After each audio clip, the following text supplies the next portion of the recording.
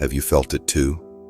Not pain, not illness, but something quieter, like a sigh beneath your skin, like a long-forgotten part of you, stirring.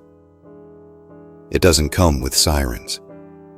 It comes like a whisper, that maybe, just maybe, these years aren't the end.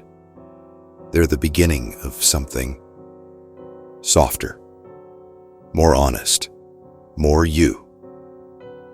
Let's begin there. What has your body been trying to say all along? You've lived in this body longer than most things in your life. It held you through grief, through laughter, through decades of being needed.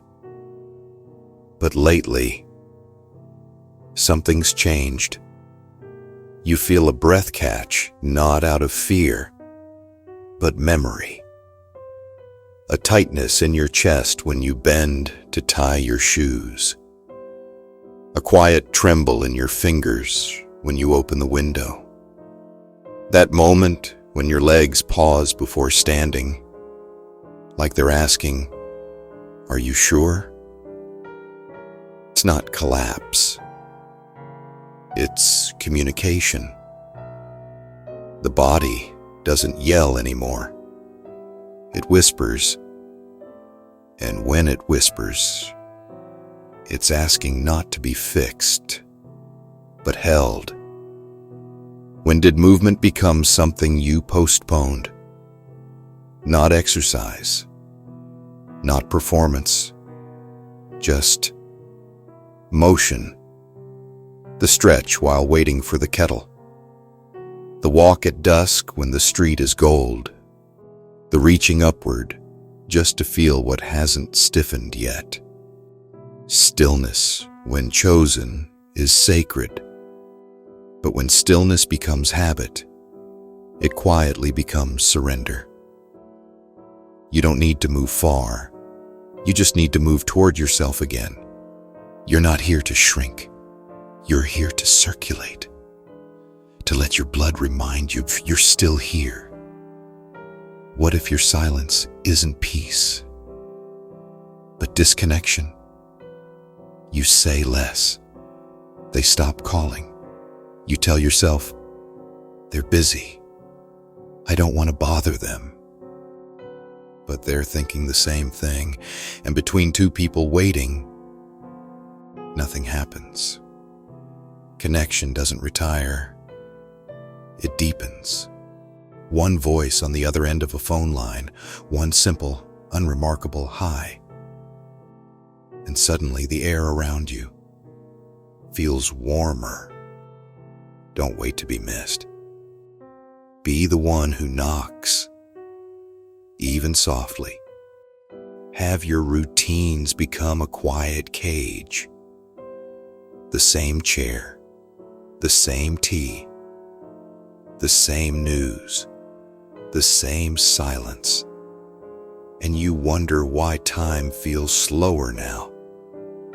Routine is comfort, but repetition is forgetting. Try a new corner of the park, a new spice in your soup, a book you never thought you'd open. The brain doesn't age because of time.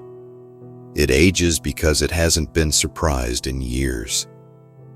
One change can wake up something that's been asleep in you since 1963. Who told you it's too late to begin again? You've lived through revolutions. You've buried people you loved. You've watched the world change color and kept going. And still, some part of you whispers, it's too late. Too late to heal.